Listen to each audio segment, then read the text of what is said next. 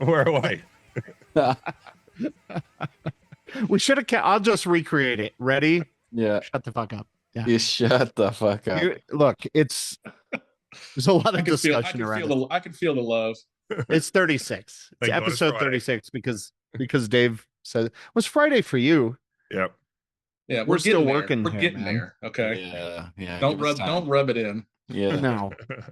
It is episode 36. Dave says so, and he knows the numbers. And Ian Madison's here, man. What's up? Somebody's classing this place up. Fuck. And look, if you're not looking at this on YouTube, you need to be. Because the rest of us assholes just have weird punk rock backgrounds, and Ian's is something else. And if I don't want to spoil it. Ben, I know we've got like listeners in like 60 countries. If one of those listeners is in South Africa, this will anger you. This might anger you. These are my contributions to the GDP. I hope there's not anger. No. Look, do you have to pay tariffs on those things? I'm going next month. I should probably sort that out. I hope it's not 50% higher, but I wouldn't worry about it. See what happens. Yeah, it depends on the day of the week, right? We'll see what tweet came out most recently, and flip a coin, see what happens. I heard it was something about Trump and the Epstein files, but anyway. It's interesting. I don't know what angle there was, for Elon getting so heavily involved in the government, but boy, it's deteriorated quickly, hasn't it? Shocking. Who could have predicted? It's almost like it was planned. No. I don't know. Of course not. Pretty predictable. The breakdown is exactly what we need for Pride Month. I'll tell you that right now.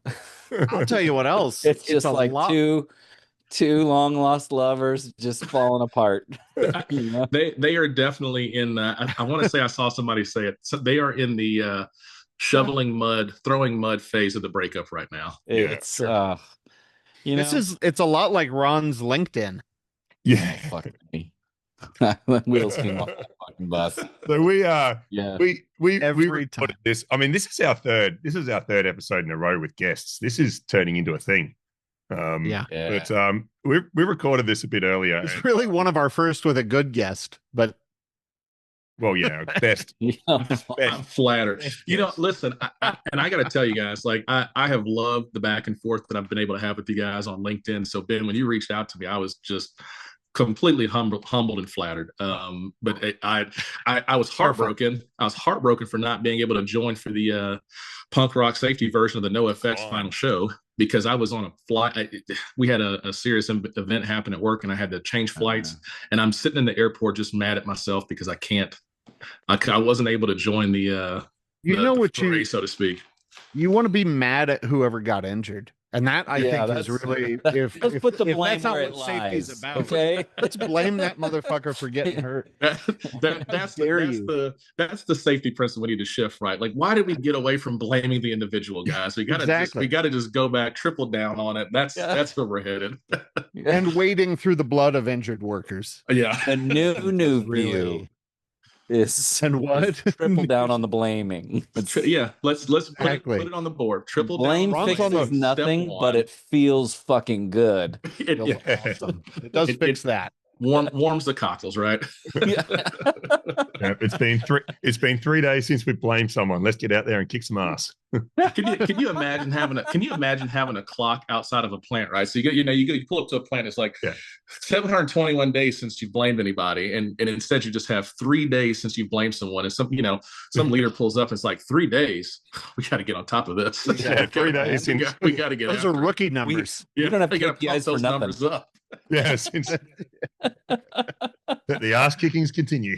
Yeah. The beatings will continue until morale. Listen, I gotta keep this shit show on the road here, and it feels like I think this is high class content right here. No, I'm not saying it isn't, but we got to let Dave tell us at least about what's going on behind him. Oh, just in general, just things like this show's a bit of a shit show. Ron's LinkedIn's a shit show. Global politics is a shit show. So I just thought, why not? Why not just be super local Australian politics? Have you seen U.S. politics recently? Are you sure? Local Australia? Oh, we don't have politics. It's what it is, right? It's what it is. It's an island. It's no Half big the deal. people Nobody over here couldn't even tell you who was in government.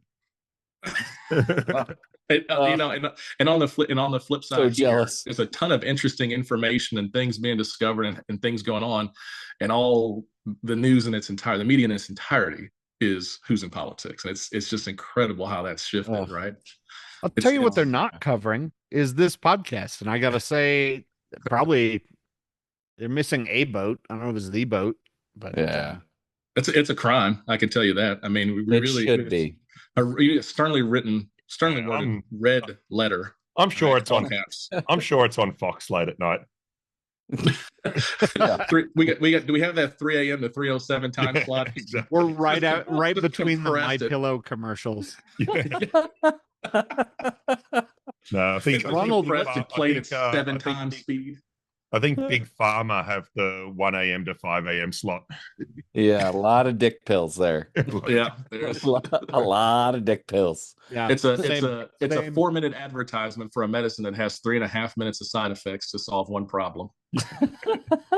Totally worth it. As long as I don't have to get off my couch and change my lifestyle. Right. So I was a college athlete. I was a power lifter at Sam Houston State University. This guy, man. I was a bouncer. I was a bouncer at one time, right? He didn't even shoot those animals, man. He just wrestled those fuckers. Well, just 2 of them. The rest of them just kind of laid down and submitted. They gave up. They saw you coming. They knew what was up. Just like eye contact. They said, "Okay, we just like Ron's mom." But it's incredible that man, just be active. We're chasing around a lot of it in safety and in lifestyle, right? We're chasing around a lot of stuff, trying to find lots of ways to simplify things. You want to be thinner and bigger? Drink water, get active, go to the gym, watch what you eat. It's like straightforward, right? I feel like I was dodge. We will dodge those, except for the watching what I eat and going to the gym. Well, I watch everything I eat. Unfortunately, it's usually watching a bag of Chick-fil-A get discarded after I'm done with it. That's usually the problem. Ron's mom eats super clean. I want to know what's going on behind you, Ron? Yeah. So this is the Stooges. This is in commemoration of Iggy Pop. He did his final show at the O Arena, and did you hear about this?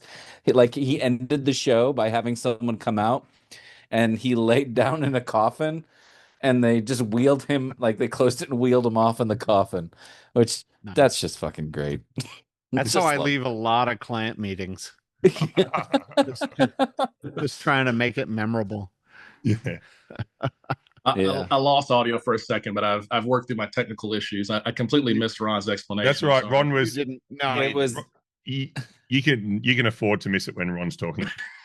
And he was on time today. I wanted to give him so much praise. He was on time. Shit, he was. I was taking notes before the show. I was like, "What are the inside jokes I need?" Ron's late. I think we gotta bury him. I think the lesson here is, Ben, is schedule every podcast and then last minute just push it back 30 minutes and Ron will be on time. And you were late though. Fell a minute. Hot kettle. I mean, work. Doing the work. Ben, what do you got going on back there? I brought out Gorilla Biscuits, boys. This is. Did you just make that noise? No, I didn't. Yeah, no, I don't even know what noise I made. Sometimes I make noises and they just but look at that dude.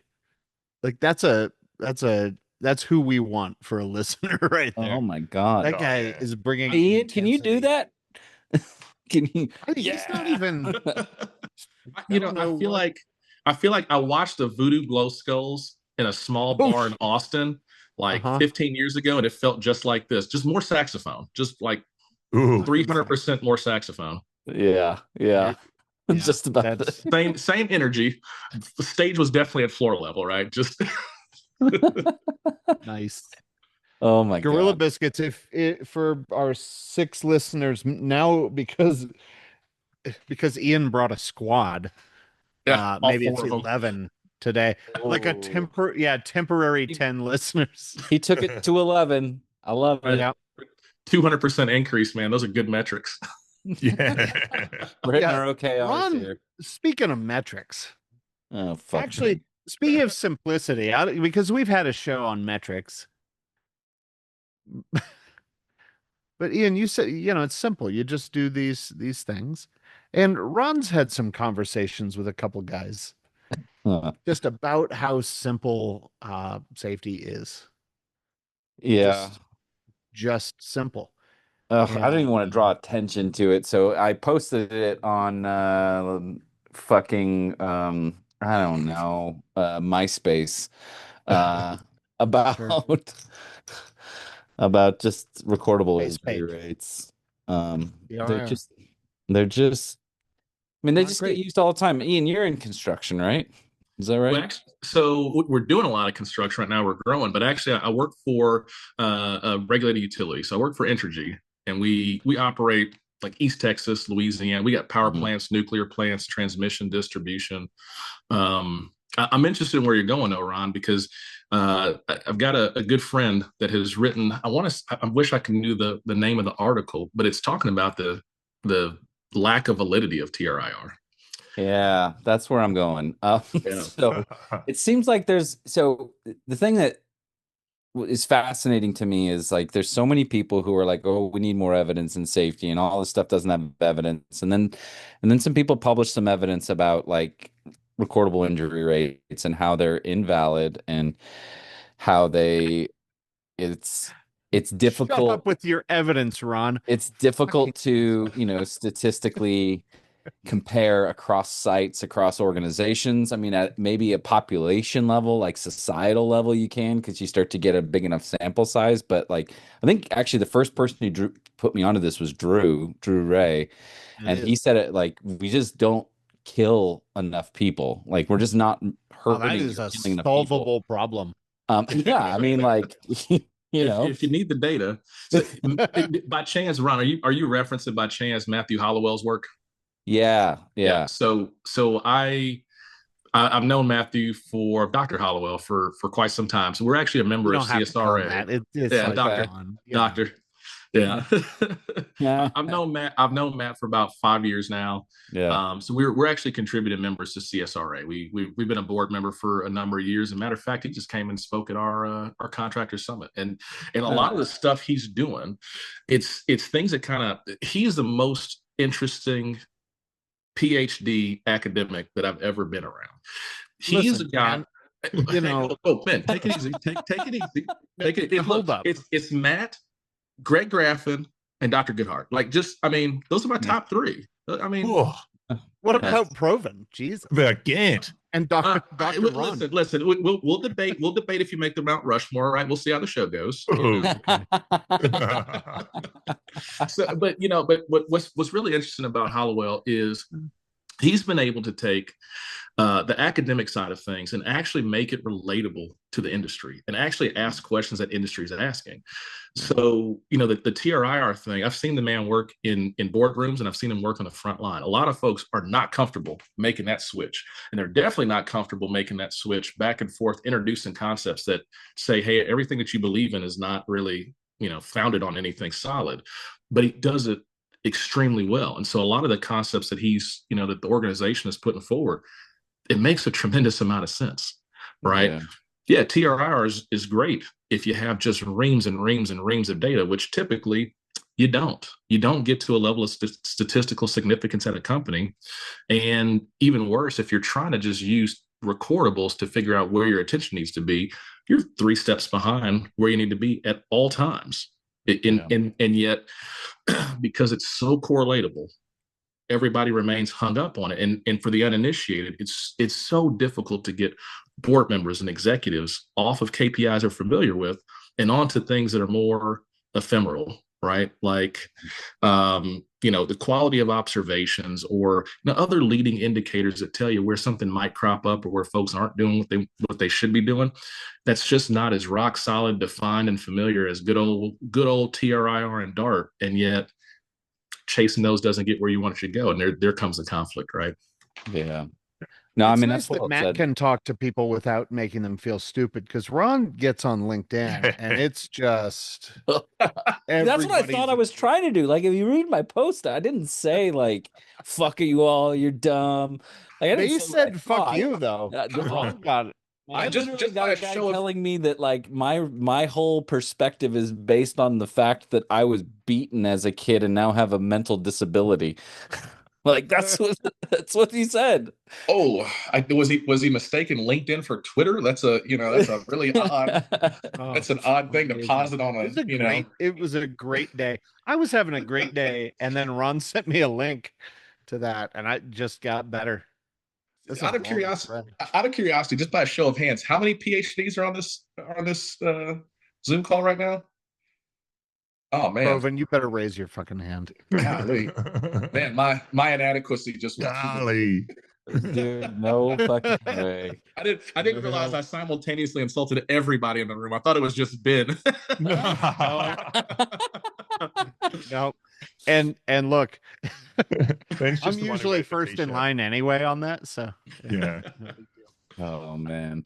But like, I'm curious, like, and I know all of you guys have unique experience with this. I mean, you brought up the pointy in that, and it really fits with my experience. Like, okay, you have this group that, the board, I assume, all really smart people, all the ones I've ever met, smart people. They actually care. They want to do the right thing. But they have a hard time letting this stuff go, right? Like they have a hard time. And I think like you said, one of the things I hear a lot is, oh, we need something that's benchmarkable. And if you put yourself in their shoes, and like I try to imagine, like if I was a board member and I was asked to, comment on some fucking finance thing like tax law or something like that, like I would have a very hard time making good, advice about that because I don't know much about it. So I would probably like, hey, what are other people doing? What are other people looking at? Right? Like that's a normal human thing. So how do we, I don't know, hold their hand through this in a way that gets them to make better choices, better decisions? Or is it just beat the shit out of them? Ian, I'm curious because you had this group together. Mm-hmm. How many people were, I don't want to call it by the wrong name. This was like we had a contractor safety summits. We brought in, we looked at our, so we brought in the executives from about 150 companies, 150 of our top companies. We looked at our spend and said, who do we work with the most? Mm-hmm. And we didn't want account managers. We wanted our executives, their safety VP, safety director, right? And the conversation was really three things. It was setting expectations. It was best practices. So having them share not only with us, but others, their best practices. And we also incorporated a networking event with vendors. So then we say, hey, these companies that we work with, they provide exceptional solutions for us. They might be beneficial for you because some of our biggest contract partners, they're not big companies, right? They may not have 100 safety professionals. They may not have all these relationships. So, how do we connect them? And so we actually had Matt come and talk about, among other things, a focus on, so let me think about what his conversation was. So we didn't dive into the TRIR as much. It was really about diving into the high energy side of things and really getting people's focus off of chasing the low energy problems. And how are you looking at high energy? How are you fading your observations and things like that towards where there's high energy? There's something that they're working on called HECA, high energy control assessment. Control assessments. Thank you. Sounds like what Matt talks about. Yeah. So I mean, so kind of introducing the crowd to that, but at the core of it, it really just goes back to if you chase the things that give, that kick your TRIR up, you're not really chasing the things that kill people. Yeah. Case in point, I had a guy yesterday, 2 days ago, get bit by a spider, needed antibiotics, awesome. Right? Working outside. right? If I were to in Australia, that's a fatality. Yeah, well, we'd be having a very different discussion if this happened, with Dave, because that's, I've seen your spiders over there, and I decided not to come to the country. That's just because of between arachnophobia and the fact that they're the size of greyhounds. Like I'm okay. but so if I were to, as a leader, react to that spider bite and say we gotta flex everything we're doing towards a spider bite, I'm not talking about the guy that may get electrocuted. Yeah. I'm not talking about a fall from 30 feet. I'm not talking about the dropped objects. And so it's really about not just putting your attention towards the things that, don't allow people to come home safely, but it's like, how do you put your leading behaviors looking at that as well? Because I reckon you'd be more likely to get electrocuted because you'd probably be looking in all the cabinets for all the spiders. Listen, if I saw an Australian spider in a cabinet, in an electrical cabinet, I probably would get electrocuted trying to get away from it. Oh my God! A leading indicator, then, isn't it? That's the spider's now. Just the fire hose straight at that switchboard. Future research topic. So when I'm doing my root causes, lack of skill or knowledge, takes too much time or effort. Australian spiders were present. Like, it's in the top three. I think it needs its own category. I'm going to call our EHS platform. We really need to make some updates. I would. The bow tie continues just going off on one end forever. That's like what's the spider with a bow tie on it? Black Widow. Yeah. Oh yeah. Hey, okay. I was thinking like a Muppet. I wasn't thinking like an actual spider. I was like, what? What do you mean? Oh, hello, my baby. Michigan J Frog. So when you get all these 150 people in the room and you've got executives in the room, is that easier? Do you think it's easier for somebody's mind to be kind of changed if they're surrounded by peers instead of just you're sitting in a boardroom or in a conference room in isolation? I think taking people out of their element where they're in control and putting them in a setting that they're unfamiliar with other people that are in an unfamiliar setting, with spiders preferably, it allows them to hear it and listen to it in just a different environment, right? Not to say that Matt couldn't have been as convincing had he gone into their boardroom, but when you go to a meeting like this, you're showing up, hopefully, right? You're showing up with the intent to learn something, look at something different, engage. And, if we do our jobs of putting interesting topics out there and you do your job of coming with an open mind, it should be hard to walk away without, a slightly different perspective, or even just a question, right? But I think the challenge is in any industry, in any group, you have folks that are resistant to change. We've always done it this way. We're always going to do it this way. And, the only challenge I have to that is that's okay for you. Just don't expect different results. Don't shoot. Yeah, I love that for you. Don't shoot for the moon if you're not convinced to build the rocket, right? And the good thing about the client, and don't expect to keep working for us. Like, there's 149 other people here that are not assholes. So right. But listen, when it comes to contract partners, like folks that want it. There's a great story about a guy trying to park a 777 right into a hangar, and on the way in, he bangs the top. I'm not a aerospace engineer. At least I gave up on it. Right, he hits the top tail on the top of the. Is that what it's called? Yeah, tailplane. Is that what it's called? So he hits it on the roof, does $20 million worth of damage. Right. Awesome. And don't tell anyone. Just fly that bad boy. Fly. Yeah. It was like that. It's a long way from the ground. It's hard to see. It was a So the guy does this damage, and COO calls him in, and the guy's expecting he's going to get fired. And the COO's like, why would I fire you? I just spent $20 million training you. Yeah. Right. I don't really believe in letting a company go because it had an injury. Like it's all about how do you learn from it? How do you take ownership of it? How do you learn from it? How do you actually work to prevent it? The companies that, we've had to make difficult decisions on, it's rarely because you had an incident. It's because your leadership demonstrated they didn't care. Yeah. That they weren't going to change, that it didn't matter, that, can we just get back to work? Why are we talking about this? That's the attitude that, as a client, you got to take a stand on that. And they may not care about the lost revenue, but we care about not having folks working for us that don't give a shit about their people, frankly. Yeah. We kind of talked about before, and Ron brought up too that, okay, well, it's hard to just be the only one changing something, right? If everyone else is looking at, Ian, you said, Dart and TRIR, well, why would I want to do it differently? And I think maybe that's the best part, or a really good part of having 150 companies in a room, is you're not being singled out. Theoretically, you got 149 other people. You could, if you all decided to do this, you could do it. Yeah. Not that you should get rid of it, because according to LinkedIn, you should definitely keep TRIR, because it's like right at the cusp of solving the world's problems. It's been right there for 38 years, right? It's just a little bit close, a little bit more time. Little more data, just one more bar graph, and it's going to be there. So it's interesting you say that. So there's a good phrase one of our former leaders told us. There's lies, there's damn lies, and then there's statistics, right? And so benchmarks are good.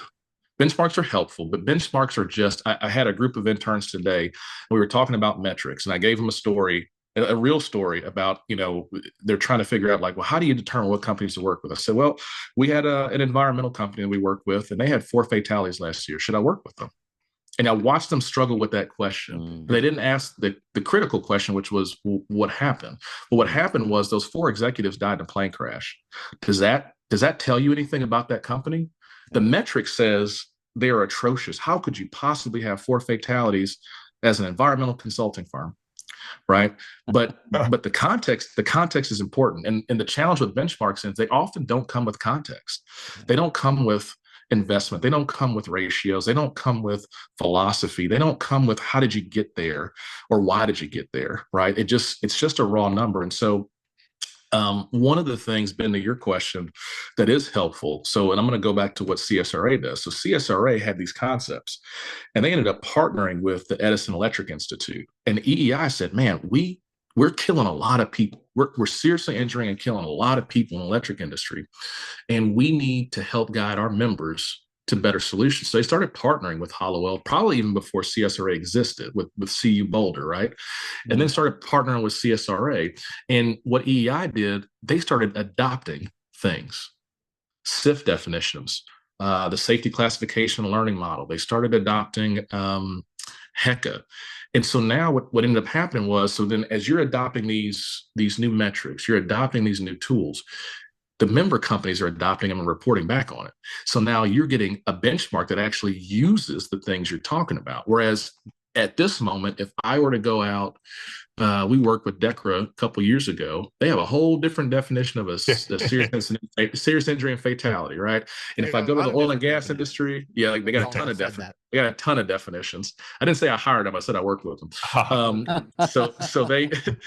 I mean, they're available. I'm sure they're available if you want to give them. Not in Australia. They shut down and withdrew out of the Australian market a couple of years ago. They're not here anymore. Spiders. I don't follow them at all. They have arachnophobia. 4 fatalities from spider bites, and safety consultants. How can you have 4 fatalities, right? I'm sure Australian OSHA just strikes that line item out because it's too excessive. There's no reason to keep reporting on the thousands of lives lost to aggressive spider attacks. Like, it's just, they don't want to scare the public, and they're just a lot of spider bitten workers. I haven't been bitten by a spider in like at least a week. That's not a good statistic. That's a horrible stat. It's 7 days. You presented that as though it was a victory.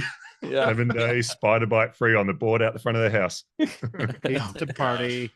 He used to have 5 kids. See, I would that would make me a hell. I've got 2 girls, which I will tell you now. I will not be surprised if one of them at some point comes bursting in here, and I pray there's clothes. We're at that age at 3 and 6 where my children are allergic to clothes, and it looks like I'm running a nudist colony here. So look, before I said check out the YouTube, and now don't check out the YouTube. Off the YouTube. My wife has explicit instructions to make sure. Look, man. Oh no, he got cut off. Did we lose your mic? And we lost you. Uh-oh. Can you guys hear me? There we go. Now we can hear you, but your video's dead. There you go. Gotcha. So you're back now. Perfect. Okay, let me see. Something keeps switching. Let me what's this going is on like here? a NoFX show. Amp doesn't work. Mic Can't doesn't all be work. as not everyone's as professional as Bad Religion, right? Yeah. So as I was sitting here pulling up, can y'all see and hear me now? Do we have 100% efficacy? We've got 100% Ian. So I'm going to flip through this, but the first song that comes to mind about this is we're talking about spider bites. Spider bites get infected. I just that might be the one. I don't know that I've got one that's that could be it. That could be the title. Yeah. Kerosene would be a good one because that's what I would take to my house if it was infested with. Good song, Kerosene. Yeah, kerosene. I mean, I recently, so years ago, Bad Religion put out a 30-year box set, and I was a broke college student effectively, and I could not swing it. I didn't have a record player, and I tell you that has haunted me for years. And I found a guy on Reddit in the Bad Religion subreddit that is actually selling one. He was actually from Canada. And sure enough, we struck a deal. I sent him money and sent money into the void. And he sent me back that 30 years box set with all the custom red vinyls. And it's just chef's kiss, man. Between that and the Cornell guitar, those are two of my prized possessions, musically at least. That's so And you have a turntable now. I do have a turntable. I bought the vinyls before the turntable. The vinyls arrived, and I said, "Well, I guess it's time." What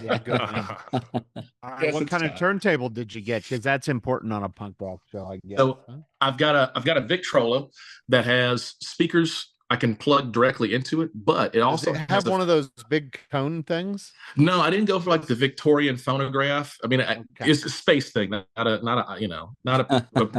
personal issue with them. Sure. But what it does is kind of interesting is, and I know this defeats some of the purpose here, but I can spin vinyl locally, and I can also connect it to my Sonos systems around the house. So I can spin vinyl inside, and it'll connect outside. You lose a little bit of the fidelity, right? But it's just kind of an interesting novelty, man. Yeah. It's the kind of a novelty. This guy, this is awesome. Yeah. This is where it then pivots to like 21st century digital boy over here, just trying to digitize the analog. That was our technology episode. Couple episodes ago. Yeah. Somewhere in there. Yep. Yeah. But no, you were saying about like the ability to like self benchmark, and I really like that because like this was actually the point of the fucking post is because there's so many people. This was the intended. I didn't realize it wasn't to stoke the flames of adversity in your LinkedIn followers. That Muppet you don't get to choose what your post was about. Someone else will tell you. Oh yeah, that happened. Yeah, absolutely. Even after, anyway, never mind. I'm not going to go down that path. But yeah, I did once today. No, so to me the point was like, hey, like so many people talk about, hey, TRIR or whatever, lagging indicators, what do we do? Let's move past it. Like to me, they get so frustrated that they keep getting asked for these things. Like there's some real stuff that I think we could be doing that's not going to make it so that we flip a switch and everything's puppy dogs and ice cream, but like we can start getting the data, we can start making the case, we can start having better conversations today, and it's going to be incremental. It's not going to be like overnight, but like to your point earlier, like we can start measuring different things and then just showing it to people like, hey, here's also this that I think is pretty cool and gives us, some different information or leads to different questions or whatever, you know what I mean? And maybe that doesn't change everything, but it might move the needle. I think, if nothing else, we have to admit that when people only have one option, you can't fault them for choosing it. And it's a familiar, stable option. And two thoughts. So the first one is you can't be afraid to make some stats. Like nobody knows your business better than you. And there's things that you can pull out of what's actually occurred to you that tells you something. We made a metric, and it looked at things that were controllable that happen to contractors. Now, you can argue recordable, maybe it's controllable, maybe it's not, but we counted that in. Vehicle incidents, but we also added underground line strikes and crew caused outages. Those are things that kind of give you an indication of the quality of their work, how much attention they're paying. And so when you plot that in, it's kind of taking some of your lagging with some of your leading, and it was showing us, hey, these are some groups we should go talk to. We should go engage with them. I don't need somebody else to make every metric, right? But you can't be afraid to put. It doesn't have to be permanent either, right? Yeah. It's just you can't be afraid. Like, there's data. Use it. The other thing is TRIR is so prevalent because we have embedded it into everything from Avetta to ESG reports. So I had a conversation with Hollowell about 2 years ago at the summit that they put on, the CSRA puts on. And we were talking about the TRIR thing and how to move the industry forward. And my feedback to him, kind of unique, right, was you really need to go talk to BlackRock and Vanguard about what they should be looking for in a company. And here's why I say that.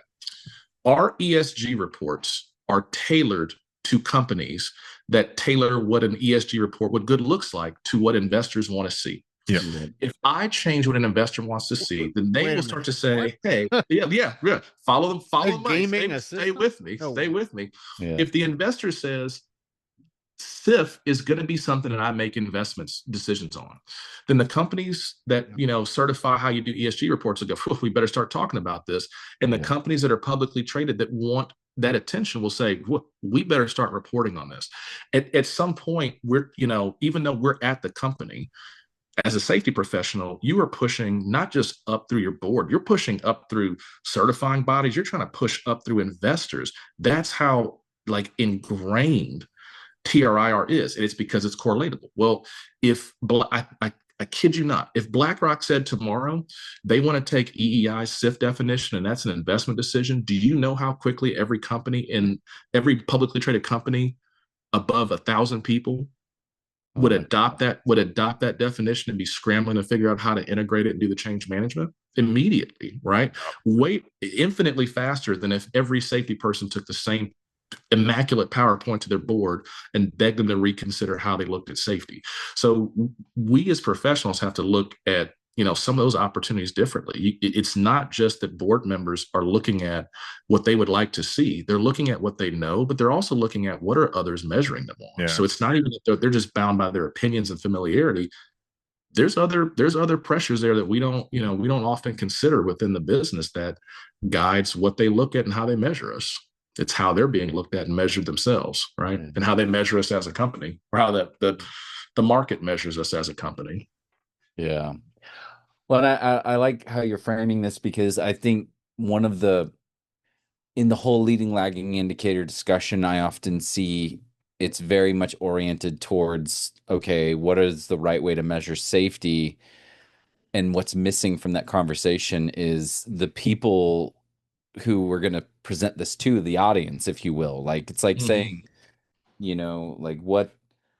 what makes a good song? Well, the song sometimes has to connect with the people who you're trying to connect it with, right? Like a good song that no one ever hears, is that really a good song? Maybe, in the theoretical sense, but who fucking cares? Ska. Yeah. If we don't there. Is it like when a tree falls in the woods and no one's there to hear it? Is this what exactly. the hell are you talking about? Exactly what this is. If a vinyl is fun and no speaker is connected, it doesn't fucking matter. All right, Ron, whatever. Get on with it. Yep. At the end of the day, if you have the best metric on earth, but no one fucking understands it, or it doesn't help them solve real problems in their world, does it fucking matter? No, right? It doesn't. So you have to understand what are the they're trying to solve, and how does this help them solve it? And that's why I say, and I jokingly say this, right? But that's why I say that's what makes Matt so dangerous, because he's actually been able to take that message and make folks and folks hear it. Yeah. And it's a challenge, right? And especially it is easier to make that message in a summit or a conference to a group of willing listeners than it is to push that message up. That's another advantage you have on the outside looking in, right? If you come in to a new company, or if you've been at a company for 10 years and you say, hey guys, our TRIR is not very good, but we really shouldn't look at it anyway. What's the first thing people think? Oh, you want to change the metric to suit the situation, right? When in reality, does the metric really benefit you? Is it really telling the whole story, right? And so the challenge we have, that I'm working through right now is how do we look at our information differently to guide us to where we need to be? Because as you get your TRIR down, if you're working with 30, 40 injuries a year for a 20 million, 30 million hour company, it hasn't told you anything. Yeah, I think it's meaningless. And the whole point of metrics is, knowing what decisions that they can inform and can't inform. It's like the fuel gauge in the car helps you with a decision about when you need to stop for gas and stuff like that. Whereas, I just don't know what decisions recordable injury rate, like what it helps with. Like, what decision are you going to make based on that? Like, I don't understand. So it's not really a useful indicator for management decision making. So find something that is. I mean, the magnetism of it, though, part of it is. Well, you could do a stand down, I guess. Yeah. Well, you can always do a stand down. You can always do a stand down. Yeah. At the end of the day, we probably shouldn't murder people at work. And we were talking about this the other day. Agree to disagree. Well, Ron goes back to that whole, we don't have enough fatalities to make it. We haven't killed statistically if significant. We've got to make numbers. We got to make numbers. But we were talking about this the other day, right? If you've got a leader that's like hung up on target zero or what the fuck ever, man, we agree on the basic premise that don't hurt, don't injure, don't kill people at work. Cool. And I think absent something else, people excuse that decision-making utility for things like injury rate because you go, well, if we're better, we're hurting fewer people, right? That's a logical line of reasoning for folks. And I think it's just trying to disconnect it from that and go, okay, man, I get it. And Dave, you've made this point, right? I get it. Makes sense. Are the things we're doing today affecting that? Like, are you able to make decisions that hurt fewer people or kill fewer people because of what we're doing today? Or should we look at something different? I think it's totally reasonable for people to latch on to something like injury rate. It's correlated, it's easily correlatable, Ian, as you said. I don't know, man. I'm not a big fan of just shit canning it right away. The only thing with I'll let it sit in the corner and watch. So I'll ask you this: if I tell you that I have a TRIR of 1, what does it tell you about me? That you can count to 1. Yeah, it doesn't tell me. It doesn't tell you whether that's a good year for me, a bad year for me. Right. It doesn't tell you anything about the industry that I work in. It doesn't give you any context about it. It doesn't tell you about the corrective actions that I followed up on, or in worst case, didn't follow up on. It can tell you if it's an improvement from the year before or the next year, but that kind of depends on how much work did you do? Did you do different work? People, there's just. Whereas, like, even when you look at something like DART, lost time or SIFs, they like cigarettes, darts. They're the things that you throw at the spiders as they're chasing you out the room. If you're fortunate enough to have some, you got. We put like little salt or cracked pepper shells inside like little guns, and they sell them in. You guys use real bullets. See, we don't. We're not allowed. 9mm. We're not allowed to use real bullets. Dave, you think that safe back there is for salt and cracked pepper? Come on. That's your spice rack there. Anyway, my spice rack. In my country, where the old lady across the street doesn't have an AR, But how do you fight tyranny? This is why you have so many spiders. like I said at the start, spiders at it. 50% of the people in this country just throw tell you who's in government. So you don't need to fight a tyrannical government if you don't even know who's in government. I'm gonna package you up some 2A here, and I'm gonna go ahead and just send that to you. All right, I'm gonna get you some 2A right there, and put that in the mail for you. But I'll be in jail for the next episode, boys. Even so, like when I look at recordable, one of the issues with it is no context, right? But even the context around like what happened and how bad was it? So when I just say somebody got hurt, it is a finger, or is the finger still there, right? And others, just calm down. I prefer to teach my children to count to 10, right? Not 9.5. Stuck in Ron's mom. Yeah. You got boys? Jesus. with the assist, Ben, with the assist. So like if I know that these events were serious, I can kind of look at where do I want to put my attention. But when you just look at regular recordables, somebody cut their hand. Okay, got it. Do you want me to do you want me to chase that, or do you want me to chase the injury that had the torn ACL that had somebody home for 4 months, right? And so it's the problem with TRIR is the uninitiated love it, but then they also don't really understand the limitations of it. And so they'll see it go up and go, what are you doing? Well, that really depends on the context. The stand downs, right? Are you revising your procedures? And so that's toolbox talk. That's too much salt, too much cracked pepper, not enough spiders. Change procedures, all of them. Change all the procedures. Update. What's the latest revision date? Training 2 months ago. More revisions. Yeah. It's just, buy more tailgates so we can have more talks. Yeah. If we have, what is our tailgate to person ratio? That might be the problem. Oh, that's the leading tailgate. That's it. That's guys, we've come up with it. There's a new leading indicator. It is tailgates divided by people. Person. Yeah, tailgates per person. Okay. And if you achieve, and just judging from things, if you achieve a one tailgate per 5 person, so a 0.2 ratio, we really feel like your TRIR will be on a downward curve for the next 5 years straight. Yeah. That's like Bradley curve shit. I love that. Yeah. We need a graph. Any artist, like, I mean, I'm all thumbs when it comes to drawing. Yeah, that's definitely interdependent. I'm also all thumbs playing guitar too, unfortunately. Is there a way we could just Well, Ron plays left-handed, so you'd be. You're a lefty too. I'm a lefty as well, but I learned how to play right-handed, so I've betrayed us all. I'm sorry. Well, that's all good. No. That would have been the smart move for me. Easier to find guitars, less expensive. It's also, but I shoot left for what it's worth. Though I shoot left, so all of my guns are left-handed, so I can't. My friends make fun of me because they're like, "Hey, you want to use this?" No, you can't, filthy lefty. You know. Can we conference Hallowell in on this and just kind of run the tailgate to person ratio by him? Oh, yeah, I think the Hecka / TG. Yeah, it's the ultimate leading.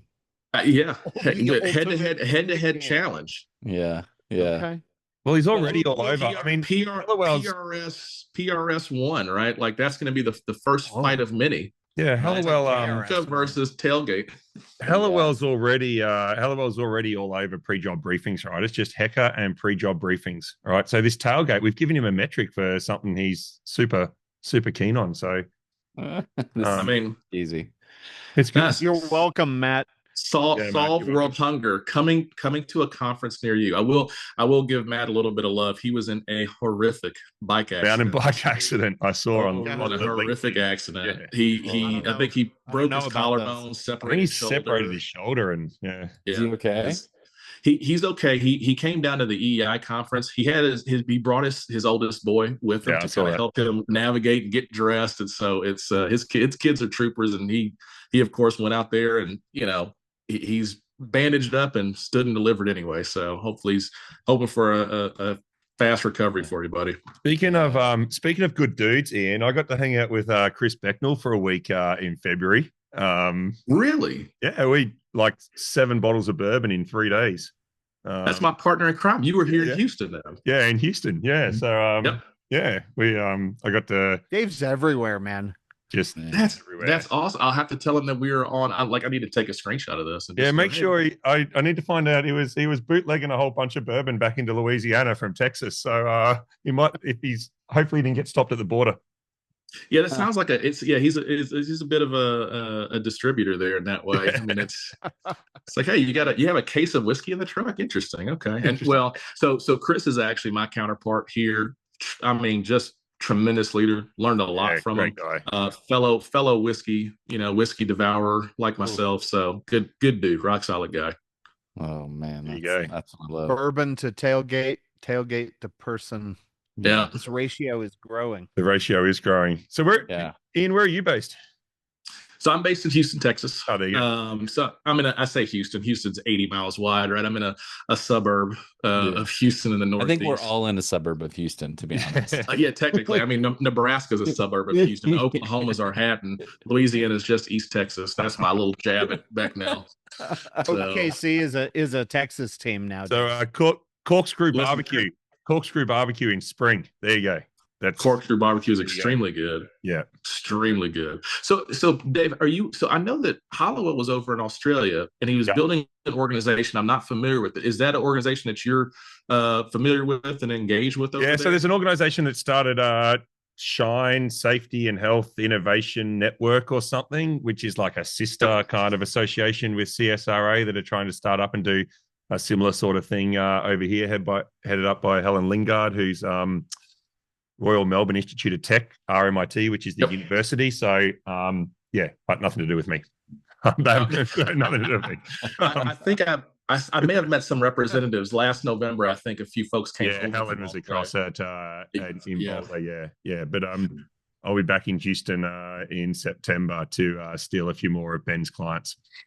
Hey, well, you know what? If you'd like to link up and drink some brown party liquor, man, I'd love to meet you in person. Can link up? We can link up with you. Thanks for the introduction, Ben. Yeah. Little did you know, Ben, this was actually the ulterior motive of the show. It's just Dave and I linking up. If you'd like a client list, Ian, I'll get you one, and you just take Dave around. Yeah, we'll walk around. We'll have him shaking hands and everything. Oh man, we joke with Hollowell that he was starting an organization in Australia so that when he takes sabbatical, the flights are paid for, right? Yeah, exactly. Yeah. Cool. Did we solve it? We solved. Yeah. Did we?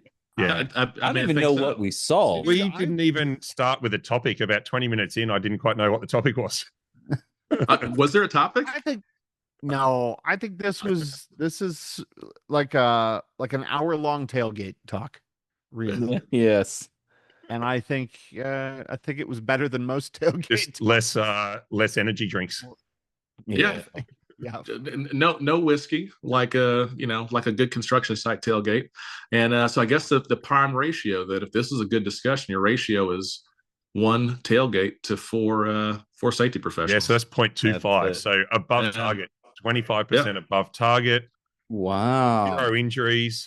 Just nailed it. Great. Safe day, boys. Another month and we get a pizza party. Yeah. 2 months and we'll cook burgers. Yeah, that's it. There's I do a fun presentation called Donuts and Cheeseburgers, and it's all about how to build relationships. And it's like, man, you can change the world with a bag of donuts and some cheeseburgers if you just give it enough time, man. Amen. Or 70, or be at 0.27 in no time. Yeah, 0.27. Wait, hey, go ahead. 2030. 0.30, right? Let's just dial in that 5-year goal right now. I know it's ambitious. Stay with me. We're going places. We've got a strong 5-year strategic plan, and it all starts with tailgates and really focusing on that TRIR. And donuts. Well, we're not buying more trucks, so we got to get rid of a few people. Donuts, donuts, cheeseburgers, and 72 hookers. No effect. Good no effect song. No effect. Just for the record. Good no effect song. I'm glad we didn't go. I'm glad we didn't go to the Tool route. If you get that reference. Ron got it. Yeah. Yeah. So we didn't get to. So we failed at the beginning. We didn't talk. We're supposed to talk tattoos. Oh yeah, tell me about a tattoo that you're gonna get. You said you didn't get any. So I haven't gotten any, but I was going to say the favorite one that I have is I had a Rottweiler in college for my formative years named Rebel. Made a deal with him. He was dying one night, made a deal with him. He held his end of the bargain up. I inked his paw in case I didn't see him again. So I held up my end of the bargain. So that's been on my shoulder for the last 15, 16, 17, 20 years. Coming up on 20 years. Wow. Ian, if you get to the right conference, you'll get a punk rock safety tattoo. Ben will pay. Yeah. Is it at the NSCC conference in Colorado? I'll pay for you to get one if you're coming here. I'll go there. Are you going there, Ben? Yes. I fucking live here. I'm speaking there. I hope you come and join my donuts and cheeseburgers. Oh Christ, discussion. I'm not going anymore. Ah, well, shit. Is it too? Is it too far over the line if I like come to Denver and steal clients? Like, is that? No, what do you mean? You've already done already happening.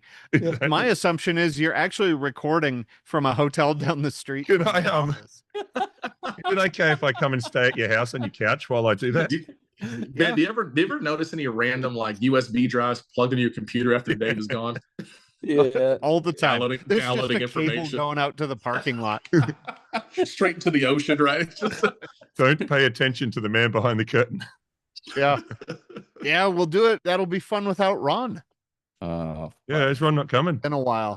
Well, I got to meet Ron now. Dave and I've got a date. Ben and I've got a date. Ron, come on, get it together, man. I mean, I come to Texas all the time, but Dallas typically. That's unfortunate. That's unfortunate. That's if not you ever make it up that way, give me a holler. But we'll find some time. Yeah, Dallas it's not even really Texas. It's like southern Oklahoma. Hey, look, why Dave likes it. Just for the record, game 1's tipping off right now. So, okay. all right, place your bets, boys. Place your bets. Thunder, I got one for Thunder. Ron? Yeah. Oh, it's Thunder in 4 or 5, I think. Not even a gentleman's suite. In 4, which are 20 points. It's 4. Yeah. Dave's gonna, and then it's going to be 4 because Dave. Pacers in 4. Lakers in 5. Yeah, no, this is going to be OKC in 4 unless the NBA makes a phone call down there and they really just want that. Unless get Scott Foster on the job. Go. I didn't realize we were in the presence of a Thunder fan. Yeah. Oh, he's a mega Thunder fan. Adam Silver. Adam Silver will call Doncic and figure something out. Yeah, there's a great clip that said the Indiana Pacers are good. It's just that OKC does everything that they do better. Yeah. So pretty much. There's no podcasts that do any better than we do. So absolutely not. This is my first podcast, so I feel like you did really well. You've taken something special from me. We deflowered him. That's fantastic. No, it's just I'm a new man now. Yeah, you are. Well, thanks for coming and hanging out with us, Ian. Yeah, that was cool, man. Bit of a spring in your step. Hey, you listen. You guys are phenomenal. I've loved listening to you. Love what you do, man. Just keep making safety not stuffy and approachable and encouraging people to think different, right? That's what punk was all about, right? It's not conforming, being different, being loud and proud about it. So just keep doing what you boys are doing. And if there's any opportunity I have to cross paths with you guys or come join again, it would absolutely be my pleasure. I appreciate y'all having me. Yeah, man. Appreciate you, bud. Thank you guys. Hey, dudes. Cheers. Yes, sir. Boys.